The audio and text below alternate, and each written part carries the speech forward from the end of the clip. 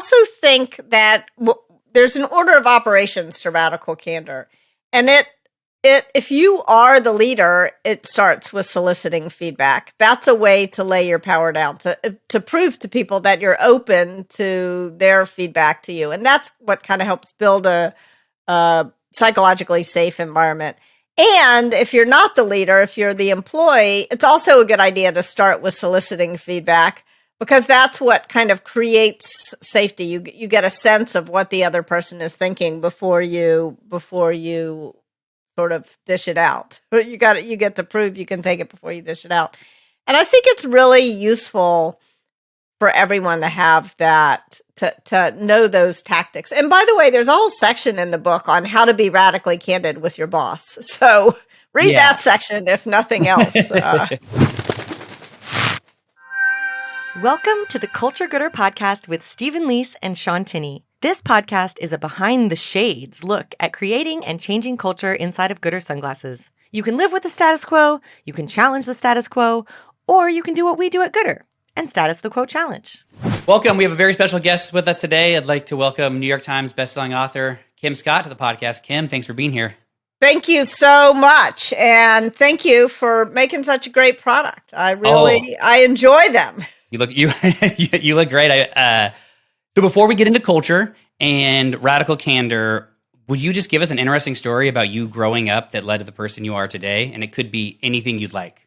You know, I had a grandmother, Granny Alice, and she was known for her radical candor. She, her sisters called her, if you really want to know, ask Alice, because she'll tell you the truth.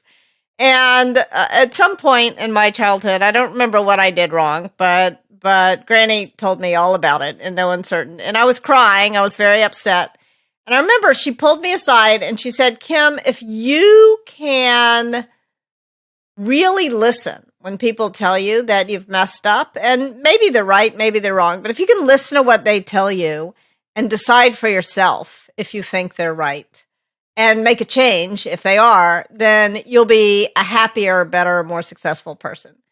And I remember kind of resisting that advice from Granny at first. And I remember then I had all my great thoughts sitting on my parents' toilet. And I remember sitting on my parents' toilet after this and thinking about what Granny had said and realizing Granny was right. How old were you when the story was? I think I was like 7, maybe 8. Oh, yeah. I was young. And yeah. How old were you when you realized she was right? 7 or 8. I mean, I realized at the time that she was right. I mean, maybe not in the moment, but on my parents, in retro, when I was sitting on my parents' toilet later that day, I think. And thinking, kind of processing what she had said, I realized she was probably right. Numerous times I have, in adulthood, remember something my parents said and be like, God damn it, they're right. Yes, I have plenty of those moments as well. But luckily for me, I realized at the time that Granny was right. I had another time, I had a 4th grade teacher, Cherry Falls was her name, and she was wonderful. And I remember she told me, she said, Kim, for whatever reason, because I was bad, I was always in trouble, big trouble. And she said, Kim, for whatever reason, when you do stuff, people notice it. So try to do more good stuff and less bad stuff. And I was like, oh, that also seems like good advice. That's a good tip. Makes sense. All right, Kim. So love your book, Radical Candor, and we actually just finished wrapping up a company-wide book club using it. Will you tell the audience? Yeah. Will you tell the audience about the book and why you decided to write it? Yeah. So I started my whole business career was actually one giant plan to subsidize my novel writing habit, actually. So in fact, on my business school class card, I was just having dinner with one of my professors and he pulled out my class card and I had written on it, what I really wanted to do was write novels. And of course, writing novels is not a great way to support oneself. And so I went to Google and Apple and became a coach. And at one point, one of my mentors said to me, why don't you write about management? Like all the drama of a novel is in management. So write a book about management. And that was kind of like part of why I wrote Radical Candor. I also wrote it because when I was I was a CEO coach, and I'm a human being and I don't scale. And I could only be a coach for a limited number of people. And I always felt really guilty saying, no, I don't have time to be your coach.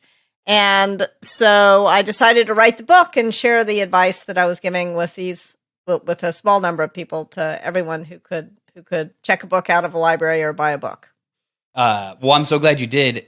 Could you give us a quick, for somebody who's listening who's never read it, like what is the quick overview of Radical Candor, caring personally, challenging directly? I'm sure you can give a much better synopsis than I can. Yeah, so that was exactly right. Radical candor is what happens when you care personally and challenge directly at the same time.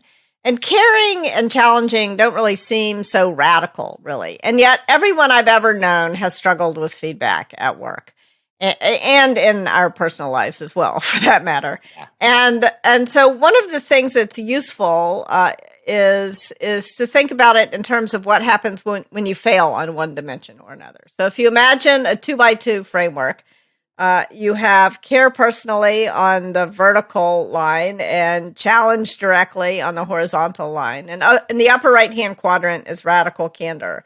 It's useful to think about what it is not. So radical candor is not obnoxious aggression. Obnoxious aggression is what happens when you challenge directly, but you forget to show that you care personally. And obnoxious aggression is a big problem. It hurts other people. It also is a waste of breath, because when you've hurt someone else, they go into fight or flight mode, and then they literally can't hear what you're saying. And it's also a problem for a more subtle reason. I don't know about you, Stephen, but for me, when I realize I've acted like a jerk, it is not actually my instinct in those moments to go the right way on care personally. Instead, it's my instinct to go the wrong way on challenge directly. Yep. And then, yeah. Oh, it's no big deal. Doesn't matter. Don't take it personally. Like, I say all the wrong things. And then I wind up in the worst place of all, manipulative insincerity. That's where I'm neither caring nor challenging. And so if obnoxious aggression is front stabbing, manipulative insincerity is backstabbing. Okay. Yeah. So that's like a quick, there's a lot more to say about that. And that's where those two quadrants, obnoxious aggression, manipulative insincerity, that's where the drama is at work and at home and everywhere else we can, any time we're relating with other people. And so that's what we tell stories about mostly. But those are not the mistakes that most of us make most of the time. The vast majority of us make the vast majority of our mistakes in this last quadrant, where we do remember to show that we care personally, because despite everything you read on social media, most people are actually pretty nice people. So for sure, we do remember to show that we care personally, but we're so worried about not offending someone or not hurting someone's feelings that we fail to tell them something they'd be better off knowing in the long run. And that's what I call ruinous empathy. And so that's what radical candor isn't. It's not obnoxious aggression, not manipulative insincerity, and not ruinous empathy. Yeah, one thing that I actually really liked from the book and took away is, well, one, as a company, shared language is important, but also just the word challenge. Like, you actually find when you're giving people feedback and you use the word like, "Hey, I have a challenge for you. I want to challenge you to do this better." I actually found that people love that. Like, they usually rise to that occasion, just like that, just simple words like that. When you can be like, "I'm going to challenge what you have to say." That word alone, I think, has like really leveled up communication around here. Yeah, because people are usually open to a challenge. Yeah. People are excited often about a challenge, but they're not. Nobody's excited about feedback. Yeah. Because feedback is screechy, and yet most of us long for what I call guidance, and guidance is that challenge with care. At the same time. You said, somebody told you to write a book about leadership and management. So I want to ask you this question. At goodr, everybody did it, like the team leads, but people who weren't, and certain people would say, I don't know why we're doing this book, because this is for leaders and managers. How would you respond to that? Is somebody, if it's not a, quote unquote manager, do you think this book is for them, and how can they use it? It's interesting. I wrote the book really for everyone, and it was a sort of a hard decision to focus on managers or not focus on managers. And there's a lot of stuff in the book for managers. So it's not an unfair criticism from people. For sure. But one of my favorite bits of feedback that I got when I was writing the book, I had hired a college student to sort of help me proofread the book. And she called me up and she said, "You know what, Kim, this is not a book about how to be a good boss. This is a book about how to be a good person." And I was like, yes, that's but like, who's going to buy it? It seemed like much easier. Also, I think there's part of the reason that I focused on managers is that there's a problem of power. And it's much harder to build a culture of radical candor if the leaders at the company are not laying their power down to some extent. And so I tried to write a book that would help leaders and managers and bosses. There's no good word for that job, is there? They're all leaders. I think leaders is the best one. Yeah. So I don't know. I have a leader. You're probably right. Leaders is the best one. The problem with the word leader is that, at least in my mind, when people talk about leadership as opposed to management, they tend to sort of belittle both roles. They tend to talk about leaders as the people who sort of are full of BS and don't really do anything, right? That's the negative rub on leaders. And then they tend to talk about managers as though they're these like petty people. And the fact of the matter is, leadership and management are like forehand and backhand in tennis. You got to be able to do both. And I think also these are jobs. These are not value judgments. And these are jobs that people get held accountable for doing well. And that is what I was trying to convey in this book, because one of the things that messes radical candor up in any relationship is a power imbalance. There are very few things that'll make it more difficult to solicit feedback or to give feedback if there's a power imbalance. And so, to the maximum extent possible, leaders need to lay their power down and to relate to people as human beings. And also, if you don't have the power, you kind of need to step it up as well. And I love that. So, yeah. One of the reasons I insisted that everybody do it here is because I think there's a power in common language, number one. And then number two, I think that if we're teaching, our leaders at goodr or managers to a technique, I think that everybody needs to understand this. They need to understand the concept of care personally and challenge directly, right? Like before it to fully work. And that's really why I believe it, everybody needed to do it for it to work fully. Yeah, I think that's exactly right. I also think that there's an order of operations to radical candor. And if you are the leader, it starts with soliciting feedback. That's a way to lay your power down, to prove to people that you're open to their feedback to you. And that's what kind of helps build a psychologically safe environment. And if you're not the leader, if you're the employee, it's also a good idea to start with soliciting feedback, because that's what kind of creates safety. You get a sense of what the other person is thinking before you sort of dish it out. You get to prove you can take it before you dish it out. And I think it's really useful for everyone to have that, to know those tactics. And by the way, there's a whole section in the book on how to be radically candid with your boss. So read that section, if nothing else. So we rolled it out as a book club. I mean, how do you recommend company use this book? If somebody's listening to this podcast and they want to use this work inside the organization, what's your advice? Yeah, so there's at the very end, there's sort of a how to roll out radical candor. Mm-hmm. And I think remembering that, I mean, there's, you don't have to follow the steps at the end of the book exactly, because it depends on sort of what's presenting. But I think if everyone in an organization can do a couple of things, this will take you a huge step in the direction of radical candor. I think the first thing is when leaders share stories from their careers, illustrating the framework. So I can tell you in a second, I can tell you my radical candor story. I can tell you my ruinous empathy story. I can tell you my manipulative insincerity story. I can tell you my obnoxious aggression story. And I'm happy to share my stories. But I think when the leader shares their stories, that has a lot more meaning than reading Kim Scott's stories.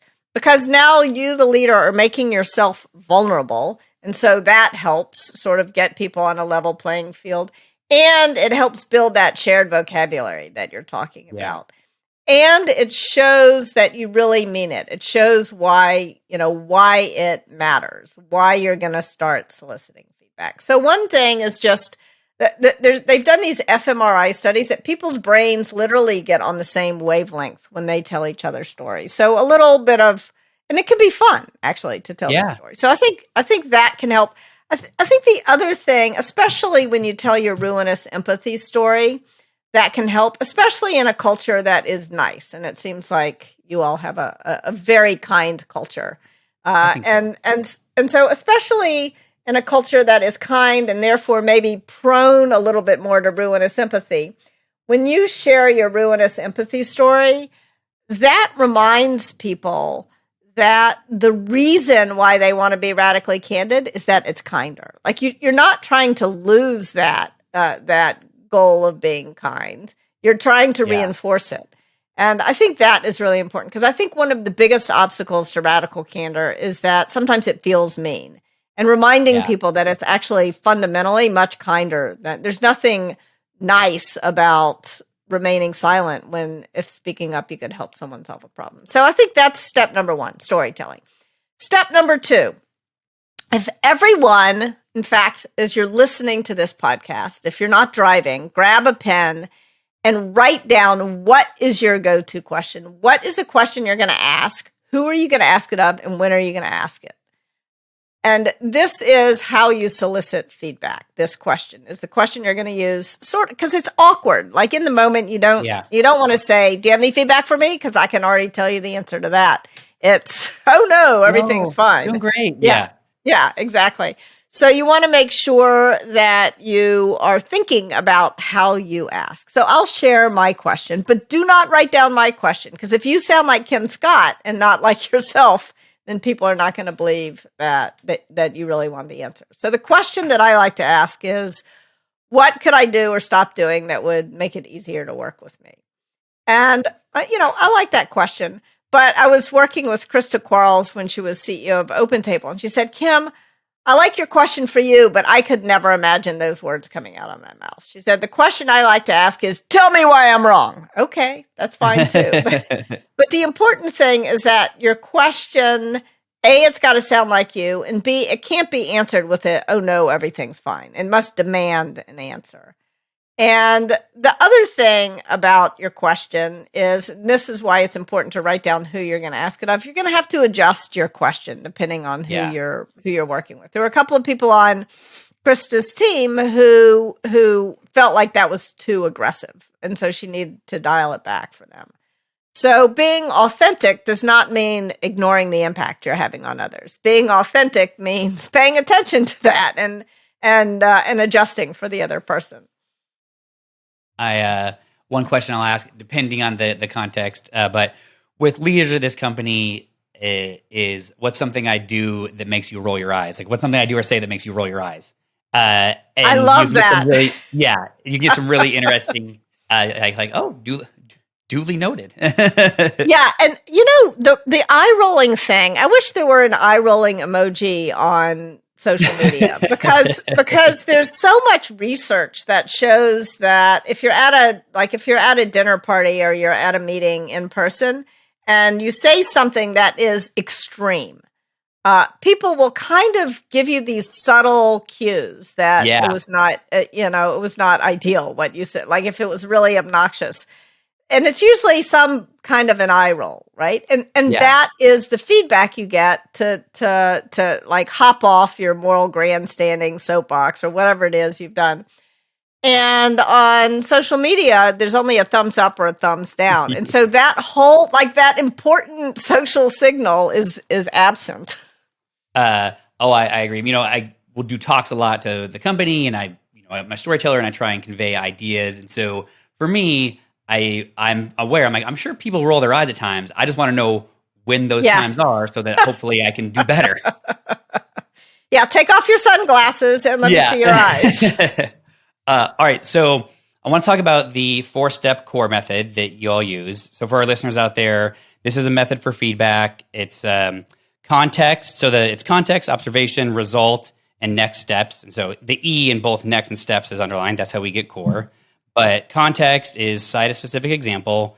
Observation is describe, what was said or done. Result is what was the impact or consequence of what happened, and then next steps are simply what to do next.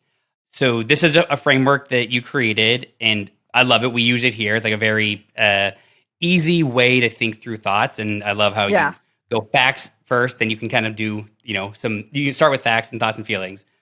But what I want to get your opinion on is we actually changed it to be very literal. We changed it to the C.O.R.N feedback method. So we just changed next steps to C.O.R.N, but we have 2 types of C.O.R.N here at goodr. We have candy C.O.R.N, which is appreciation. So that's when you follow it, but you're showing it. And then we have shucking C.O.R.N, which is when you have to give critical feedback. So I'll be like, oh, okay. Time to Can shut. I steal that? Oh, please, I really like it. Yours. Okay. But I'll be like, all right, Kim, sometime I gotta shuck some C.O.R.N. Let me talk to you about your presentation. So what are your thoughts here? You like it? I love it. I love it. And it is, the nice thing about that is it's so important to remember that this applies to praise as well as criticism. I think one of the problems with radical candor, and this is some self-criticism here, is I often tell stories about either giving criticism or failing to give criticism or getting criticized. And I don't have as many good stories about praise. And I really praise, if your job as a leader / manager / boss is to paint a picture of what's possible. By the way, that's also your job as an individual contributor, is to paint a picture of what's possible. Then praise is a much better tool for that than criticism. So I love the candy C.O.R.N and I love candy C.O.R.N also. Yeah, so, and checking it roll. Yeah. So for our listeners out there, how this would work is like if I wanted to give Kim some candy C.O.R.N, I'd be like, all right, Kim, I got some candy C.O.R.N for you. Context, you wrote Radical Candor and we use it for a book club. Observation is it significantly has leveled up our leadership here at goodr. And as a result, we are a much caring company that is actually doing better at our jobs because of you. So next steps are just keep doing what you're doing. Anyway. All right. That's good. I wrote another book, in fact. Yeah. So I took that advice. No, that's perfect. That's exactly what it is. Or like, I often tell a story about my boss who told me I was saying too much, in the meeting. When you said every third word, so in the meeting is sort of the context. When you said every third word, that's the observation. It made you sound stupid. Next step, go visit the speech coach. Yeah. And or in the meeting, when you offered both sides of the argument, you earned credibility. Do more of that. And I think the important thing about candy C.O.R.N is it lets people know what to do more of, because very often, like she literally said that to me, my boss, I felt a little ambivalent about offering both sides. I wasn't sure whether it was the right thing or the wrong thing to do. So it was actually very useful for me to know that I should do more of it. Oh, it's very true. I try and one thing I love here at goodr is when nobody ever gets in trouble for making a mistake. They get in trouble for not owning it or hiding it. And so when somebody walks in my office, it's like, hey, Steven, I fucked something up. Here's what happened. Yeah. Oh, man, I will rain candy C.O.R.N on them. Yeah. Because I love ownership. It's like, keep owning your mistakes, please. Yeah. Yes. And that is how you create an innovative culture where that's how you create psychological safety. Like it's safe to make mistakes because it's safe to own the mistakes. It's when you have to hide the mistakes that problems really get created in a culture. Yeah, I do think your comment earlier on, making sure that you're giving as much praise as criticism is really important. And I had this realization actually on Monday. Last week we did our trimesterly reviews, so I was in all of our leaders and had a bunch of next actions and some stuff for people to do. And I was sending out some Loom videos. But before I did that, I went through and for every single department here, I just rained candy C.O.R.N from their past trimester. I'm like, hey, here's all the amazing stuff. because I knew that I was sending out a handful later that day. But the amazing thing that I noted was it put me in such a better mood. So even when I was like being critical of people, I wasn't an asshole. I was actually pointed and clear, not just being a prick, basically. Yeah. And it is so easy when I think, it sounds like you and I both share this reluctance to offer the critical feedback. We all, And when you are sometimes the only reason that it builds up, and then it explodes in a way that is very unpleasant. And when you force yourself to remember all the things you appreciate and like about the people who you're working with and the work that they've done, it makes it much easier to remember that the criticism is in the context of all this other great stuff and it does put you in it. Like gratitude is really an important. Yeah. It's really important. So remembering to take the time to express the things you appreciate will make you happier, and it'll also make you a better leader and a better individual. I mean, you can also do that for your boss, by the way. Like, it's not kissing up to tell your boss what they're doing right, to tell your boss what you appreciate. For sure. I think sometimes, I think at goodr, sometimes the leaders actually need it the most because, and so, I mean, I try and give it to leaders the most because it is exhausting if you have to all day, give feedback. You want your team to get better. And I do think it's something that people should recognize that, hey, if you appreciate your boss, you should let him know. Yes, I once worked for David Fisher when I was at Google, and he at one of his offsites had this big sign that said, managers are people too. Free hugs for managers. And I think that's important to remember because we do kind of sometimes tend to dehumanize our managers. Yeah. And ourselves as managers. And I think remembering to bring the humanity back to the whole thing is what'll help us all succeed and enjoy working together. So we use the fully revised, updated edition. What was the biggest learning from the first edition to this edition? Yeah, so one of the things that causes me enormous pain is I'll be working with a team and someone will charge into a conference room and they'll say, in the spirit of radical candor, and then that person acts like a garden variety jerk. And that is not the spirit of radical candor. That's the spirit of obnoxious aggression. Yeah. So I think that was the biggest learning. I also will say I learned probably the most meaningful and deepest feedback. Are you ready? Can I lay this on you? Yeah. That I got is what actually prompted me to write my next book, Just Work. And Just Work is, think about justice. Don't think about, I'm not trying to exhort people to just work all the time. And so I was giving a Radical Candor talk at a tech company in San Francisco. And the CEO of that company is a person who I had worked with for the better part of a decade, a person I like and respect enormously, and one of too few Black women CEOs in tech. Or in any other sector, frankly. And after I gave the talk, she pulled me aside and she said, Kim, I'm excited to roll out Radical Candor. I think it's going to help me build the kind of culture I want. But I got to tell you, it's much harder for me to roll it out than it is for you. And she went on to explain to me that whenever she would offer anyone even the most gentle, compassionate criticism, she would get signed with the angry Black woman stereotype. And I knew this was true as soon as she said it. And in that moment, I realized one of the major failings of Radical Candor was that I had failed to take into account how often bias, prejudice, and bullying taint our feedback, taint our ability to give it, taint our ability to receive it.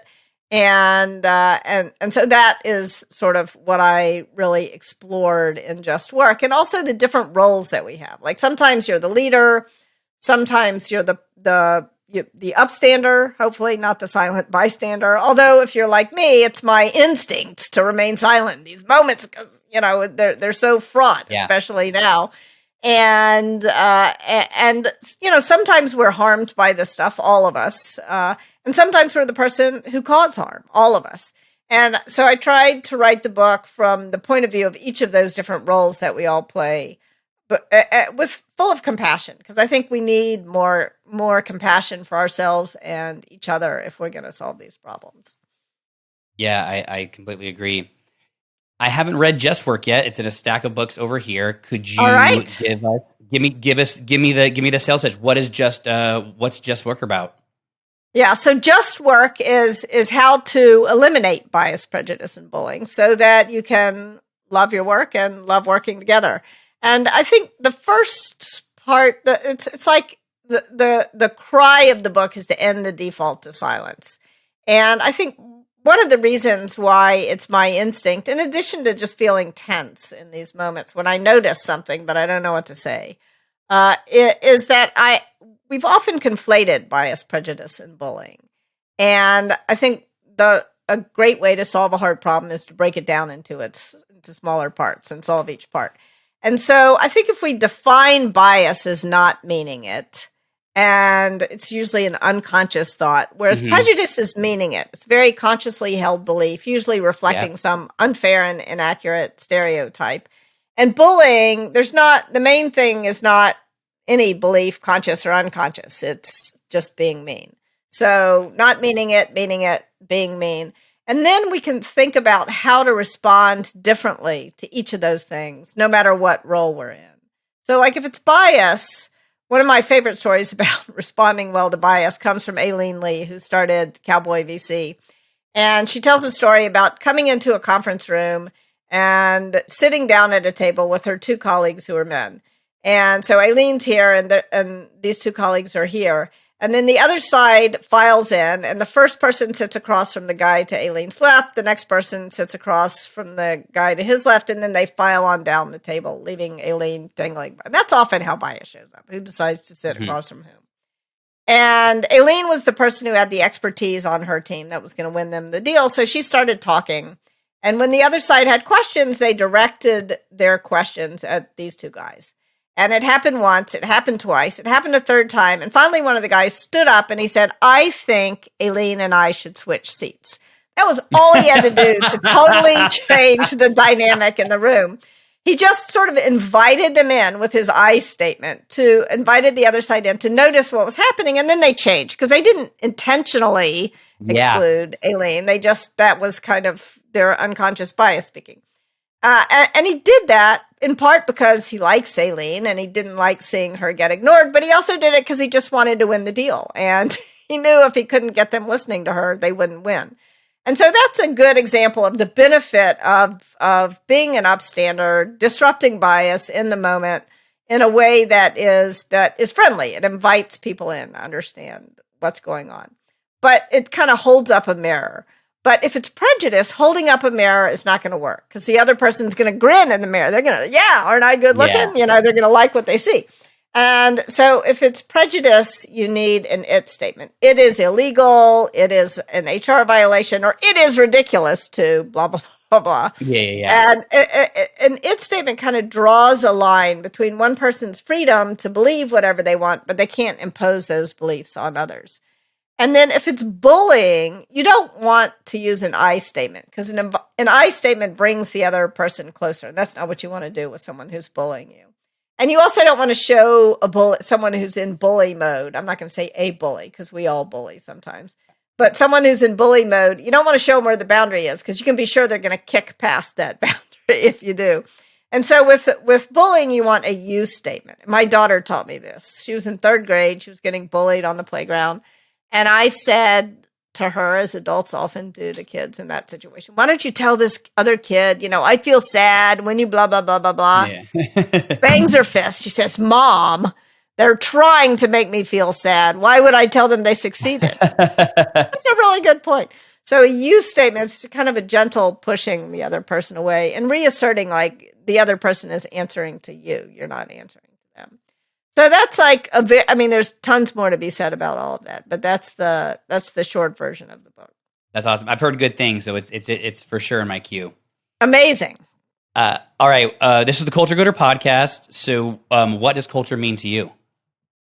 To me, culture is the things that allow us to love our work and to love working together. That's what goodr culture. And I got to say, the names of your sunglasses, I can tell that people had fun working together to come up with each of these names, and they make me smile, and that's what great work is. It should be a pleasure. It should be fun. I mean, I'm sure there's tedium at goodr as there is in all companies, but you should really enjoy your work, and you should enjoy the people you work with. And that's what good culture does. It creates a set of norms and expectations. And good culture cannot be good without good systems, actually. So there's also some systems that need to be in place that reinforce culture, because you can have a great culture and a bad system will ruin that great culture really quickly. I completely agree. I think design goodr to be a bit of organized chaos, where we have really good rigid systems, and then in between we can play however we'd like. Yes. In fact, I have a book for you here. Where is it? It is by Shona Brown, Competing on the Edge. Competing on the Edge of Chaos is what it is about. Right here. And I think you'll love it. Okay. I'll read it after I read Just Work. Yes, absolutely. For sure. All right. Kim, last question. What is one status quo you think we need to challenge inside of American companies today? I think we need to end the default to silence. I think that it is so, right now, I feel like we're in such a polarized world that people have retreated to their various camps, and they're talking about each other. They're not talking to each other. Mm-hmm. And I think that even, I'll tell you a story. Recently, I was invited to give a talk at a policy organization. And I'm like, I like good policy is important. And then I realized a couple of days before I was getting on the airplane that I disagreed with all the policies. So I disagreed vehemently with all the policies. And I'm ashamed to say I thought about not going. I thought about canceling. And then I thought, that's ridiculous. That is not in the spirit of Radical Candor. And so I went and I did the talk, and we were in a Q&A, and I had this thought in my head. It was like someone was screaming at me, Kim, these people are not your enemies. These are your fellow Americans. Yeah. I was like, of course they are. Why would I have said I shouldn't come talk to these people just because I disagree with them? And after the meeting was over, I don't make a secret of where I stand on various issues. And so a person from the audience came up and said to me, do you believe this? Do you believe that? I said, yes, I do. I really believe it strongly. And they kind of cocked their head and they said, you don't seem like an evil person. And I thought, I would have thought she was ridiculous, but I had just had pretty much the same thought myself. And I think that when we need to learn to engage with one another, even when we disagree, or perhaps especially when we disagree. And the point is not to change the other person's mind. Yeah. The point is really to understand, listen with the intent to understand how they think, and to improve our own thinking. And I think that will help us. And also, like, when we can do that, then we can love the person, even though we don't love their stance on this or that. And I think if we don't do that, if we refuse to engage with people with whom we disagree, then our beliefs become prejudices, basically, because we're not challenging them. So I think the more we can engage with one another respectfully, and not to change the other person, but to really be open to other points of view, to listen to other points of view. I couldn't agree more. You can create way more change leaning in than you can stepping out. Yes, absolutely. Absolutely. And again, you're leaning in not to change the other person. You're leaning in to get closer to the other person. Yeah, you 100%. you can care personally and challenge directly and disagree all the time. Yeah, for sure. They all exist in the same world. Well, Kim, thank you so much for being on the podcast. I really enjoyed our talk. Thank you so much. Really enjoyed it as well. You want to promote anything before we go? Absolutely. Check out justworktogether.com. All kinds of resources. There's a blog, there's a podcast on Just Work, and check out radicalcandor.com. Also a blog, also a podcast, all kinds of resources for you. Awesome. Thanks, Kim. Talk to you later. Thank you. Take care. Thanks for listening to the Culture Gooder podcast. To submit questions for the podcast, learn more about our culture, and learn how you can status the quote challenge, head over to goodr.com/culture. And don't forget to subscribe to us wherever you're listening, including on YouTube, where you can now watch all of our new episodes. Who knows? You might even catch a glimpse of Carl at our headquarters if he's not already passed out at the tiki bar from all the margaritas.